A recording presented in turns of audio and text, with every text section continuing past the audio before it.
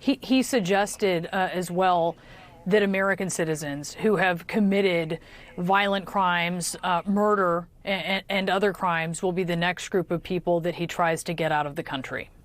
Let's listen to this. Many of them were born in our country. I think we ought to get them the hell out of here, too. You want to know the truth. So maybe that'll be the next job that we'll work on together. Now, Representative, that's not a sympathetic group, but they are Americans. So how do you respond to that and do so in a way that is also, I guess, politically acceptable?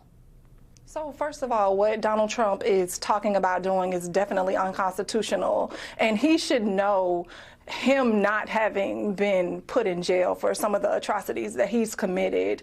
But these folks are U.S. citizens, and they should be handled as such. They should receive due process. They should be, sent to a court of law where a jury can judge whether or not they should be, sentenced. And so this is just ridiculous.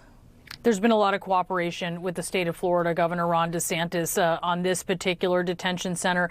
And DeSantis said today he predicted that Alligator Alcatraz would force many undocumented immigrants to self-deport. Let's listen to what he said. Why would you want to come through Alligator Alcatraz if you can just go home on your own? I think a lot of people are going to make that decision. So you're going to have a lot of deportations that are going to be done by the administration, but I think you're going to have a lot of voluntary as well. So this is a force multiplier for the president's efforts.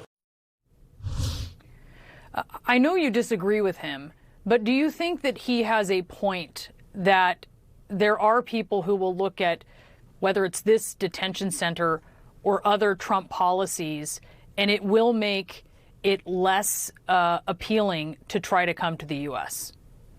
The problem that I have with the statement that DeSantis has made and what Donald Trump are pushing is the fact that they want to take $450 million of our taxpayer money, and instead of ensuring that we don't have cuts to Medicaid, instead of ensuring that we're addressing issues like the rising cost of property insurance, instead of ensuring that we have quality schools for our children to go to, they want to blow racist dog whistles and push xenophobia instead of handling the things that Floridians and Americans care about. This is costing us millions and millions of dollars. And again, they're simply just trying to make modern day concentration camps, which is not what the American people asked for. They are being very inhumane. And again, they are blowing racist dog whistles, and it just has to stop.